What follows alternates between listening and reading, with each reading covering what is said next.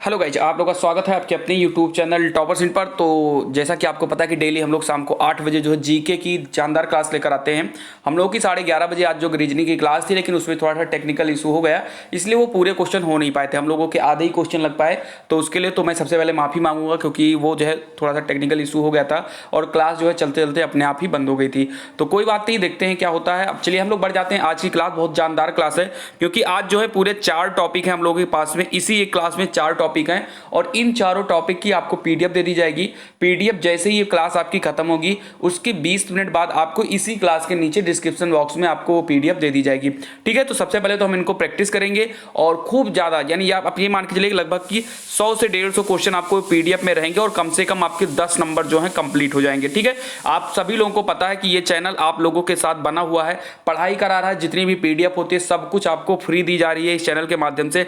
इसीलिए जितने भी बच्चे पहली बार जुड़ रहे हैं, जो पुराने व्यूअर्स हैं, उन सभी लोग जो हैं अपने इस चैनल से सेटिस्फाई हैं, लेकिन जो नए जुड़े हैं उन सभी से रिक्वेस्ट करूंगा कि आप लोग चैनल को जरूर सब्सक्राइब करें। बस इतनी बातें बहुत हैं। अब हम लोग बढ़ते हैं अपनी आज की जो है क्लासेस की तरफ। सबसे पहला क्वेश्चन जो है, आप सभी को पता है कि डैम से एक क्वेश्चन हमेशा एग्जाम में पूछा गया है आपके बीएड एंट्रेंस एग्जाम में। तो सबसे पहला जो क्वेश्चन है कि भाखड़ा नागल परियोजना जो है किस नदी पर जो है स्थित है। काफी इंपॉर्टेंट क्वेश्चन है।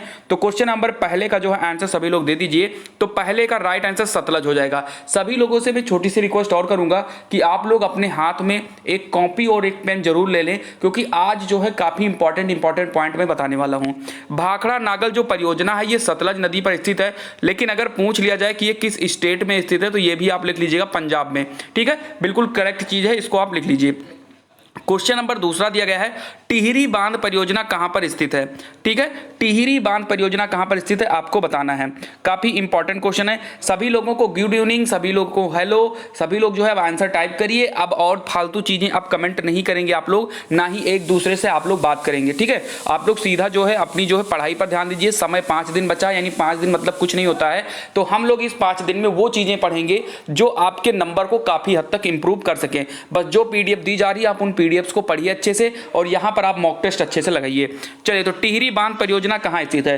तो क्वेश्चन नंबर जो 2 है, इसका राइट आंसर हो जाएगा बिल्कुल उत्तराखंड हो जाएगा। और उत्तराखंड यानी किस नदी पर, भागीरथी। ठीक है, जो हमारा टिहरी बांध है, सबसे पहले तो आपको याद रखना कि ये कहां पर स्थित है, तो उत्तराखंड में स्थित है। और रिवर की अगर बात करेंगे तो भागीरथी नदी जो है इसमें ये स्थित है।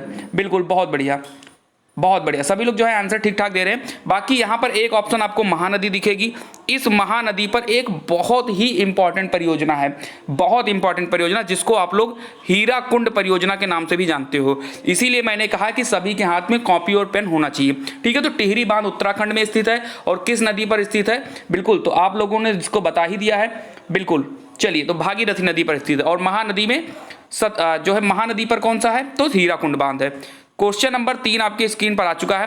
प्रार्थना समाज की स्थापना किसने की थी। क्वेश्चन नंबर 3 का आंसर सभी लोग बताइए। बहुत बढ़िया बहुत बढ़िया बहुत बढ़िया, सभी लोग आंसर जो है टाइप करेंगे। बिल्कुल, चलिए, तो अगर हम बात करें यहां पर प्रार्थना समाज की स्थापना किसने की थी, तो आत्माराम पांडुरंग ने प्रार्थना समाज की स्थापना की थी। अगर ईयर एग्जाम में पूछ लिया जाएगा तो 1867 ईस्वी में इन्होंने इसकी स्थापना की थी। बाकी के जो 4 ऑप्शन दिए हैं इन पर भी हम लोग थोड़ी सी नजर दौड़ा लेते हैं। जो आपके देवेंद्र नाथ हैं, बहुत ध्यान से, देवेंद्र नाथ का मतलब देवेंद्र नाथ टैगोर जी की यहां पर बात हो रही है। इन्होंने आदि ब्रह्म समाज की स्थापना की थी, ये भी याद रखिएगा। ठीक है, बिल्कुल बिल्कुल आराम से आप लोग करिए। आदि ब्रह्म समाज की इन्होंने स्थापना की थी, किसने, देवेंद्र नाथ टैगोर जी ने आदि ब्रह्म समाज की स्थापना। आत्माराम पांडुरंग मैंने बता दिया प्रार्थना समाज। लाला हरदयाल की अगर बात करते हैं तो उन्होंने गदर पार्टी की स्थापना की थी। वहीं पर अगर हम लोग ज्योतिबा फुले की बात करते हैं, जो कि काफी ज्यादा इंपॉर्टेंट है, जो ज्योतिबा फुले हैं ये काफी ज्यादा इंपॉर्टेंट है, इनका बार बार क्वेश्चन पूछा जाता है। इन्होंने सत्य शोधक समाज की स्थापना की थी। तो अगर आपके पास कॉपी पेपर है तो बिल्कुल हम श्योर हैं कि आप लोग लिख रहे होंगे इस चीज को। ठीक है, चलिए आगे बढ़ते हैं। क्वेश्चन नंबर 4, एशियाटिक सोसाइटी की स्थापना किसने की थी। इसका आंसर सभी लोग जल्दी जल्दी कमेंट करें, कोई लापरवाही नहीं करेगा। सभी सभी के कमेंट में रीड कर रहा हूं, लेकिन नाम किसी का नहीं लूंगा। इसका रीजन सिर्फ यही बनेगा क्योंकि जो है कि ज़्यादा समय लग जाता है, नाम वगैरह लो तो फिर लॉस होता है, क्लास ब्रेक होती है। क्वेश्चन नंबर 4, एशियाटिक सोसाइटी की स्थापना किसने की थी? तो एशियाटिक सोसाइटी की स्थापना जो है विलियम जोन्स ने की है। बाकी के अगर हम 3 ऑप्शन पर बात करें तो ज्योतिबा फुले के बारे में तो हम लोगों ने अभी बता ही दिया है कि इन्होंने सत्यशोधक समाज की स्थापना की थी।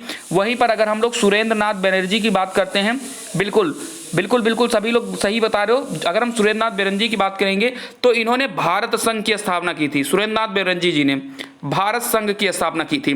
वहीं पर अगर हम लोग रास बिहारी बोस की बात करते हैं तो इन्होंने आजाद हिंद फौज की स्थापना की थी 1942 ईस्वी में। ठीक है, हर एक पॉइंट क्लियर करते हुए चलिए, इसीलिए मैं चारों ऑप्शन को क्लियर करता हूं और आप देख सकते हो मैंने अपने हाथों से खुद इसको टाइप किया है। हर एक ऑप्शन को इस तरीके से सेट किया कि 4 ऑप्शन से 4 क्वेश्चन आपके बन जाए। क्लियर है? तो विलियम जोन्स ने एशियक सोसाइटी की स्थापना की थी, ज्योतिबा फुले ने सत्यशोधक समाज की स्थापना की है, सुरेंद्र नाथ बनर्जी की अगर हम बात करते हैं तो इन्होंने भारत संघ की स्थापना की थी, और रास बिहारी बोस ने फॉरवर्ड ब्लॉक की स्थापना आजाद हिंद फौज की स्थापना की थी 1942 में। चलिए क्वेश्चन नंबर 5, देखो ये गलत बात है। अगर आपको सब कुछ फ्री दिया जा रहा है, आप सभी लोगों को पीडीएफ फ्री दिया जा रहा है, आप सभी लोगों को अच्छे से कंटेंट दिए जा रहे हैं, और अगर आप लाइक नहीं कर रहे हो यार तो आप खुद समझ सकते हो कि अगर आप भी मेहनत करोगे और कोई आपको मोटिवेट नहीं करेगा, कोई आपकी बड़ाई नहीं करेगा तो आप वो काम बंद कर दोगे। इसीलिए अगर आपको हर एक चीज सही लग रहा है और ईमानदारी से मैं पढ़ा रहा हूं तो आपको लाइक करना है। कुछ जा तो रहा नहीं है आपसे, लाइक कर दो। अगर पसंद आए तो कर दीजिए, नहीं पसंद आए तो डिसलाइक मार दो। कम से कम डिसलाइक रहेगा, मुझे ये तो आभास होगा कि हाँ आप लोगों को नहीं क्लास पसंद आ रही, बस। ठीक है, सुंदरवन राष्ट्रीय उद्यान कहाँ स्थित है? चलिए क्वेश्चन नंबर 5, सुंदरवन राष्ट्रीय उद्यान कहां पर स्थित है? जितने भी ऑप्शन लिए गए हैं सारे ऑप्शंस को मैं क्लियर कर रहा हूं अच्छे से, बस कॉपी पेन होना चाहिए आप सभी लोगों के पास में। चलिए, तो सुंदरवन की अगर हम बात करते हैं तो ये आपका पश्चिम बंगाल में स्थित है। ठीक है, वहीं पर अगर हम बाकी के 3 ऑप्शंस की बात करते हैं तो कर्नाटक में एक बहुत ही फेमस जो है राष्ट्रीय पार्क है बांदीपुर। ठीक है, इसमें क्या है आपके पास? बांदीपुर है, काफी ज्यादा फेमस है बांदीपुर राष्ट्रीय। ऐसे ही अगर हम मणिपुर की बात करते हैं तो कैबुल लामजाओ नेशनल पार्क, ये काफी ज्यादा इंपॉर्टेंट है कैबुल लामजाओ, क्योंकि ये विश्व का इकलौता तैरता हुआ राष्ट्रीय उद्यान है कैबुल लामजाओ, जो मणिपुर में स्थित है।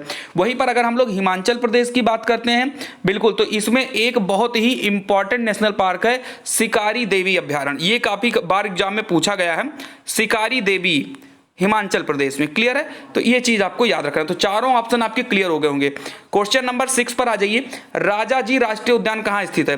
देखो आपको लग रहा होगा कि सर हर एक टॉपिक के 2-2, 3-3 क्वेश्चन करवा रहे हैं, बिल्कुल ना घबराओ। पीडीएफ में हर एक टॉपिक से कम आपको 50-50 क्वेश्चन मिलेंगे, 50-50 क्वेश्चन पीडीएफ में मिलेंगे। हाँ, लेकिन मैं आपको पढ़ाऊंगा कम क्वेश्चन, लेकिन पीडीएफ में 50-50 क्वेश्चन रहेंगे। ठीक है, बस आप लोग चैनल को लाइक किए रहो, जो नए जुड़े हो वो प्लीज चैनल को सब्सक्राइब करो। बेस्ट चीज है, बेस्ट प्लेटफॉर्म है, आपको सब कुछ यहीं पर मिलेगा, आपको कुछ नहीं ढूंढना है। 5-6 दिन जो आपके लास्ट के बच्चे हैं। चलिए, तो छठे की अगर हम बात करते हैं तो उत्तराखंड बिल्कुल करेक्ट हो जाएगा। राजाजी राष्ट्रीय उद्यान जो है उत्तराखंड में है। बाकी के अगर हम और भी ऑप्शन की बात करते हैं, उड़ीसा, तो उड़ीसा में आपको नंदन कानन एक जो है राष्ट्रीय उद्यान मिल जाएगा। बिल्कुल ऐसे ही एक सिमलीपाल जो है वो भी आपको उड़ीसा में मिल जाएगा। बिल्कुल, तो 2 आपको याद रखना है, नंदन कानन और सिमलीपाल, ये आपके उड़ीसा में है, 2 इंपॉर्टेंट। वहीं पर अगर हम लोग पश्चिम बंगाल में, अभी भी हमने देख ही लिया कि सुंदरवन जो है राष्ट्रीय उद्यान पश्चिम बंगाल में है। और अगर हम राजस्थान की बात करते हैं तो राजस्थान में आपको रणथंभौर मिल जाएगा। ठीक है, रणथंभौर और केवलादेव घाना पक्षी अभयारण्य, तो रणथंभौर और केवलादेव आपको राजस्थान में मिल जाएगा। तो याद रखिएगा, हर एक पॉइंट को लिखते हुए चलिए। Question number 7, Jim Corbett national park की अगर हम बात करते हैं, ये कहां पर स्थित है? और याद रखिए सबसे पुराना नेशनल पार्क है। जितने भी नेशनल पार्क हैं उनमें से सबसे ज्यादा जो है बिल्कुल पुराना जो है नेशनल पार्क है जिम कॉर्बेट नेशनल पार्क। और ये कहां पर स्थित है? Question number 7। बिल्कुल सभी लोग शेयर कर दीजिए अपने दोस्तों को यार क्लास को। क्यों नहीं शेयर कर पा रहे हो? जल्दी से शेयर कर दीजिए, अपने दोस्तों को भी शेयर कर दीजिए। और बिल्कुल अगर आपने स्टडी ग्रुप कोई बनाई है, ऑब्वियस सी बात है, तो वहां भी शेयर कर दीजिए। ठीक है, तो उत्तराखंड में स्थित है जिम कॉर्बेट नेशनल पार्क जो है उत्तराखंड में स्थित है। और आपको मैं बता दूं कि ये सबसे पुराना नेशनल पार्क है। वहीं पर अगर हम मध्य प्रदेश में बात करते हैं तो मध्य प्रदेश, देखो हर एक प्रदेश में बहुत सारे नेशनल पार्क हैं, लगभग 4-4, 6-6, 8-8 नेशनल पार्क हैं। लेकिन हम लोग वो डिस्कस करेंगे जो इंपॉर्टेंट है। ठीक है, क्योंकि अब हम लोग जो है 5 दिन में एक्सपेरिमेंट नहीं कर सकते हैं। बाकी मैं पीडीएफ आपको दे दूंगा आपके लिए, उसमें बहुत सारे क्वेश्चन होंगे, आप उनमें से सारी चीजों को रिवीजन कर लीजिएगा एक बार। ठीक है, तो मध्य प्रदेश में कान्हा नेशनल पार्क जो है बहुत ज्यादा इंपॉर्टेंट है मध्य प्रदेश प्रदेश में, ठीक है। उससे ही हम लोग राजस्थान पर बात कर ही चुके हैं। केवलादेव आपका जो है काफी ज्यादा इंपॉर्टेंट है और रणथंभौर जो है काफी ज्यादा इंपॉर्टेंट है। असम की अगर हम बात करते हैं तो असम में मानस नेशनल पार्क और काजीरंगा नेशनल पार्क, ये दो काफी ज्यादा इंपॉर्टेंट है। असम में मानस नेशनल पार्क और काजीरंगा आपको पता है एक सींग वाला गैंडा वहां पर पाया जाता है। चलिए, गिर नेशनल पार्क के बारे में आप बताइए। क्वेश्चन नंबर 8, गिर नेशनल पार्क कहां पर स्थित है?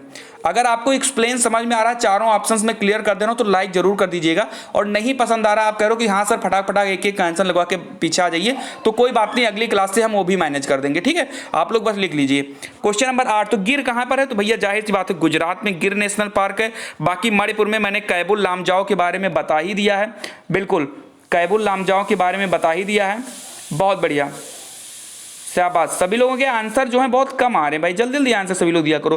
बाकी झारखंड में कोई भी इंपॉर्टेंट नेशनल पार्क नहीं है, और ऐसी अगर हम बात करें तो मिजोरम में भी कोई इंपॉर्टेंट जो है नहीं है। बाकी एक अभ्यारण्य है, अगर आप याद करना चाहो तो याद कर सकते हो, डाम्फा जो है वो मिजोरम में है, डाम्फा नेशनल पार्क मिजोरम में एक पड़ जाता है, डाम्फा नेशनल पार्क। बाकी झारखंड का बिल्कुल नहीं इंपॉर्टेंट है, मणिपुर में कैबुल लामजाओ और गुजरात में गिरी है। चलिए आगे बढ़ जाते हैं। क्वेश्चन नंबर 9, शिकारी देवी अभ्यारण्य कहाँ स्थित है? अभी अभी हम लोगों ने बात किया है इसके बारे में। बहुत बढ़िया, शिकारी देवी कहाँ पर है? तो आपको बताना है। तो अभी अभी हमने बात किया था कि हिमाचल प्रदेश में शिकारी देवी पड़ती है, राजस्थान में हम लोगों ने रणथंभौर और केवलादेव देख ही लिया है, उत्तर प्रदेश में आपको एक दुधवा नेशनल पार्क पड़ जाता है, और गुजरात में गिर नेशनल पार्क पड़ जाता है। इतनी सारी चीजें मैं बार बार बोल रहा हूँ, वो तो आपको वैसे ही रट जानी है, ठीक है। रावी नदी का उद्गम कहाँ से हुआ है आप लोग बताइए। क्वेश्चन नंबर 10 का आंसर, रावी नदी का उद्गम कहाँ से हुआ है? बहुत बढ़िया। पीडीएफ के लिए परेशान नहीं होना है, जैसे ये क्लास खत्म होगी उसके 20 मिनट के बाद में आपको पीडीएफ की लिंक इसी वीडियो के नीचे मिल जाएगी। और मैं तो ये कहूंगा कि एक बार अगर आप वीडियो देख लेते हो तो 10 मिनट के बाद में आप दोबारा आइए और एक बार फिर से पूरी वीडियो को देखिए, ठीक है। पूरी वीडियो को फिर से देखिए। अगर आप 2-3 बार वीडियो को हमारी देख लेते हो तो आपको घर पर याद करने की कोई जरूरत नहीं है। तो रावी नदी का उद्गम कहाँ से हुआ है? काफी ज्यादा इंपॉर्टेंट है, क्योंकि आपसे पूछा जाता है कि नदी का उद्गम कहाँ पर होता है, काफी ज्यादा इंपॉर्टेंट है। चलिए, तो अगर मैं बात करता हूँ रावी नदी की, तो रावी नदी जो है रोहतांग दर्रे से इसका जो है उद्गम हुआ है। वैसे अब आपको पता होगा कि 3 ऑप्शन जो हैं वो भी कहीं ना कहीं कुछ ना कुछ रिलेट कर रहे होंगे, बिल्कुल। तो अगर हम बात करते हैं शेषनाग झील की, तो शेषनाग झील से जो उद्गम हुआ है वो झेलम नदी का हुआ है, याद रखिएगा, झेलम नदी से शेषनाग झील का हुआ है। वहीं अगर हम नेपाल में बात करें तो नेपाल से एक आपकी नदी आती है गंडक नदी, तो इसका उद्गम जो है नेपाल से हुआ है। वहीं पर अगर हम मानसरोवर झील की बात करते हैं, बिल्कुल, तो मानसरोवर झील जो है उद्गम है किसका? सिंधु नदी का, ठीक है। तो आपको ये चारों ऑप्शन जो है बिल्कुल अच्छे से क्लियर हो चुके होंगे। शेषनाग झील यानी झेलम नदी का उद्गम शेषनाग झील से है, गंडक नदी का उद्गम नेपाल से है, मानसरोवर झील से सिंधु नदी का उद्गम है, और रोहतांग दर्रे से रावी नदी का जो है बिल्कुल रावी नदी का उद्गम है। चलिए, क्वेश्चन नंबर 11, झेलम नदी का उद्गम कहां से है? अभी अभी जस्ट हमने इस पर बात भी कर लिया है, बिल्कुल, बहुत बढ़िया। चलिए, झेलम नदी का उद्गम कहां से हुआ है? तो क्वेश्चन नंबर जो 11 है, बिल्कुल अभी अभी हमने बात किया कि शेषनाग झील जो है ये जो है झेलम नदी का उद्गम है, बिल्कुल। झील पर भी हम लोग अगली क्लास लेकर आएंगे, झील पर और भी 2-3 टॉपिक को ऐसे ही मिक्स करके कल लाएंगे। अगर आप लोगों को पसंद होगी कि हाँ सर मिक्स करके 2-3 टॉपिक लाइए और उसका आप पीडीएफ भी सेंड करिए, तो आप जरूर कमेंट करिए सभी लोग कि सारे टॉपिक को एक में करिए और सभी के पीडीएफ दे दीजिए, ठीक है, कर दिया जाएगा आप सभी लोग। आपके लिए मैं मेहनत कर रहा हूँ कि 5 दिन बचा कर इस 5 दिन में आप लोग 20-25 नंबर भी बढ़ा ले जाते हो, तो कहीं ना कहीं आप लोगों की रैंक बहुत अच्छी हो जाएगी। चलिए, क्वेश्चन नंबर 11 तो शेषनाग आ जाएगा। बाकी के जो 3 ऑप्शन है उसको हम लोग देख लेते हैं, बिल्कुल। तो रोहतांग दर्रा हमने अभी अभी देख लिया, यहां पर किसका उद्गम होता है? रावी नदी का जो है इसमें जो है हो जाता है। उसके बाद में एक हम लोग का बारालाचाला दर्रा आता है, तो यहां से चिनाब नदी का जो है उद्गम हुआ है, चिनाब नदी, बारालाचाला दर्रा। वहीं पर नासिक के निकट जो है गोदावरी का जो है उद्गम जो है नासिक के निकट से हुआ है, गोदावरी, ठीक है, क्लियर हो जाएगा। चलिए, क्वेश्चन नंबर 12 पर आ जाते हैं। सूर्य मंदिर कहां पर स्थित है? बताइए।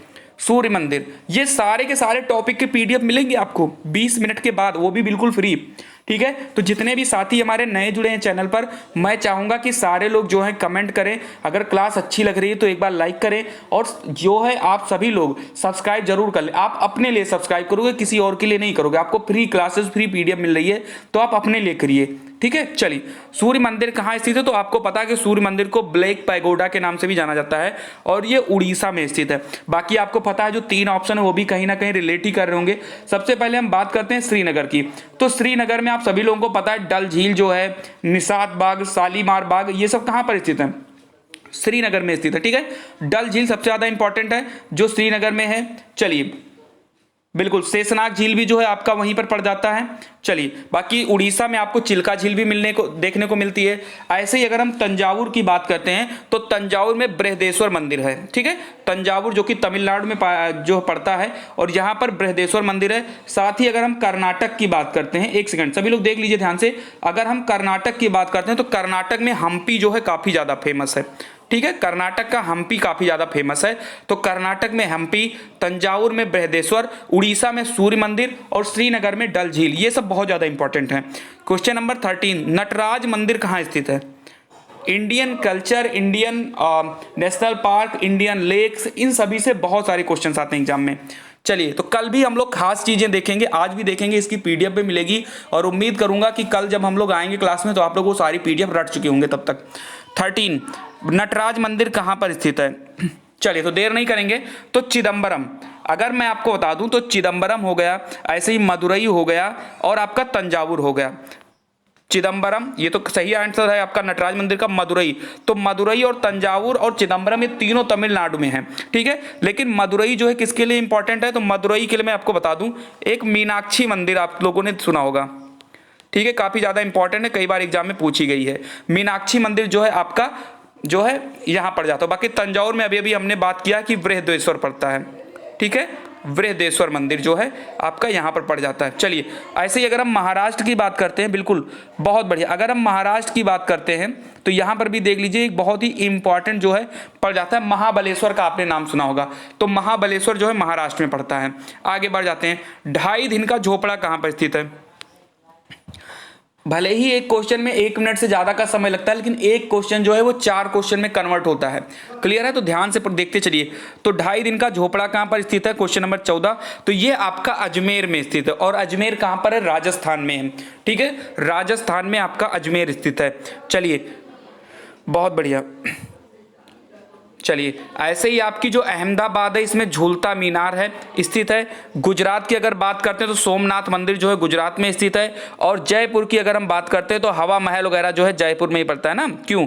क्लियर है ना? जयपुर में क्या पड़ता है बताइए सभी लोग। बिल्कुल, बहुत बढ़िया।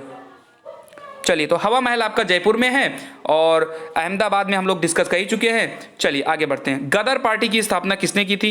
काफी ज्यादा इंपॉर्टेंट है, अभी हम लोगों ने आगे ही डिस्कस किया था इसके बारे में। चलिए, तो सबसे पहले हम बता दें, गदर पार्टी की जो स्थापना है वो 1913 ईस्वी में लाला हरदयाल ने किया था। ठीक है, गदर पार्टी की स्थापना, मोस्ट इंपॉर्टेंट क्वेश्चन है ये। बाकी के और भी जो 3 ऑप्शन है उस पर हम लोग बात कर लेते हैं।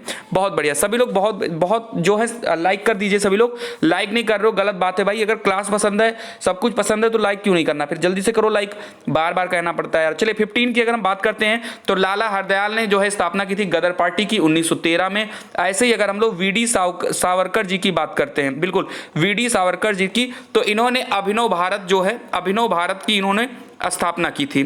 ठीक है, अभिनव भारत की इन्होंने स्थापना की थी। वहीं पर अगर हम अली बंधु की बात करते हैं तो इन्होंने खिलाफत आंदोलन किया था। आपको पता होना चाहिए, काफी ज्यादा इंपॉर्टेंट है ये।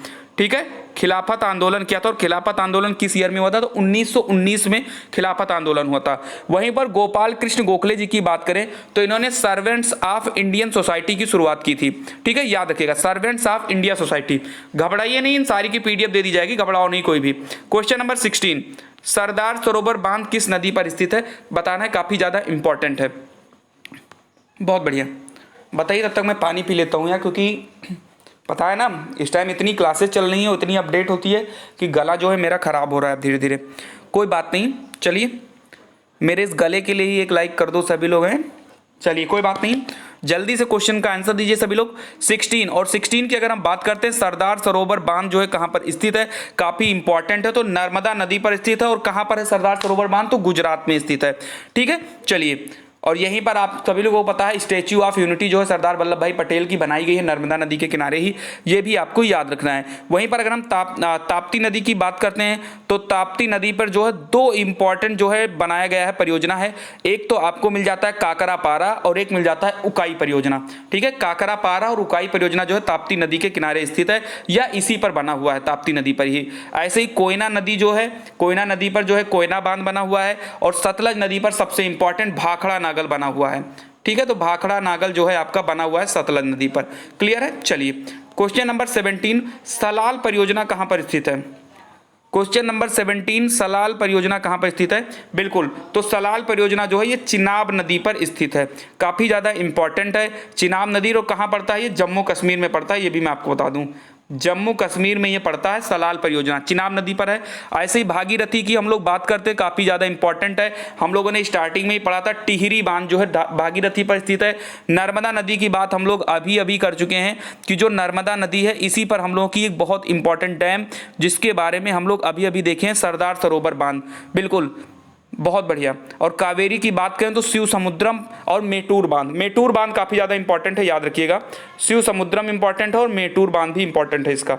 चलिए, मुस्लिम लीग की स्थापना कब हुई थी? क्वेश्चन नंबर 18 का आंसर दे दीजिए सभी लोग। मुस्लिम league,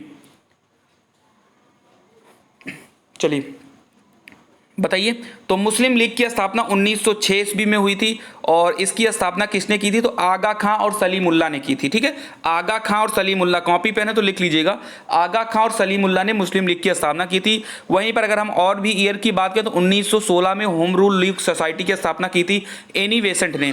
home rule league society की स्थापना 1916 में बिल्कुल जो है किसने की थी? तो एनी बेसेंट ने की थी और बाल गंगाधर तिलक भी इनके साथ में ही थे। 1919 की बात करते हैं तो 1919 में तो बहुत सारी चीजें हुई थी, जलियांवाला बाग कांड भी जो है 1919 में हुआ था। बिल्कुल, और साथ ही अगर हम बात करें तो 1919 में खिलाफत आंदोलन भी हुआ था, अभी अभी हमने बात किया था, अली बंधु ने किया था। और 1942 में अगर हम बात करें तो आजाद हिंद फौज की जो है स्थापना हुई थी और रास बिहारी बोस ने इसकी स्थापना की थी। क्वेश्चन नंबर 19 पे बढ़ते हैं। केवल 20 क्वेश्चन है, लेकिन ये 20 क्वेश्चन जो है अगर हर एक क्वेश्चन को 4 से मल्टीप्लाई करो तो लगभग 80 क्वेश्चन बनके आज आपके तैयार हो जाएंगे। और पीडीएफ आपको बहुत सारे क्वेश्चंस की मिलने वाली है और जैसे ही ये क्लास खत्म होगी उसके 20 मिनट के बाद आप एक बार चले आना, बिल्कुल समय देखते रहना। 20 मिनट जैसे ही हो जाएगा आपको इसी क्लास के नीचे जो है आपको डिस्क्रिप्शन बॉक्स में पीडीएफ मिल जाएगी जो कि बिल्कुल ही फ्री होगी, आपको कुछ भी पे नहीं करना है। बस आप लोग जो है मुस्कुरा दिया करो अगर आपको पीडीएफ मिल जाया करे और लाइक कर दिया करो, और अगर नए हो तो अपने लिए सब्सक्राइब कर लीजिए सभी लोग चैनल को, ताकि आपको सारी अपडेट और सारी क्लासेस आपको फ्री मिल सके, पीडीएफ फ्री मिल सके। क्वेश्चन नंबर 19, कैबुल लामजाओ, मैंने अभी अभी बात किया था कि मणिपुर में जो है कैबुल लामजाओ हो। इंपॉर्टेंट क्यों है? क्योंकि पूरे विश्व में ये इकलौता तैरता हुआ नेशनल पार्क है। चलिए उसके बाद हम बात कर लेते हैं और भी चीज़ों की। बिल्कुल 19 के बाद अगर हम बात करें बहुत सी चीज़ों की जो काफ़ी ज़्यादा इंपॉर्टेंट बन जाता है। चलिए बाकी सबके बारे में हम बता चुके हैं, बार बार बता चुके हैं। अगर हम राजस्थान की बात करते हैं तो केवलादेव और आपका एक बहुत इंपॉर्टेंट बन जाता है रणथंभौर नेशनल पार्क। ऐसे ही उत्तराखंड में आपको पता है Jim Corbett national park, Rajaji national park, ये आपके उत्तराखंड के इंपॉर्टेंट पड़ जाते हैं। बिल्कुल बहुत बढ़िया। मिजोरम में डाम्फा हमने बताया ही था आपको। और आज का जो है लास्ट क्वेश्चन है, कान्हा नेशनल पार्क कहाँ पर स्थित है? काफी ज्यादा इंपॉर्टेंट है।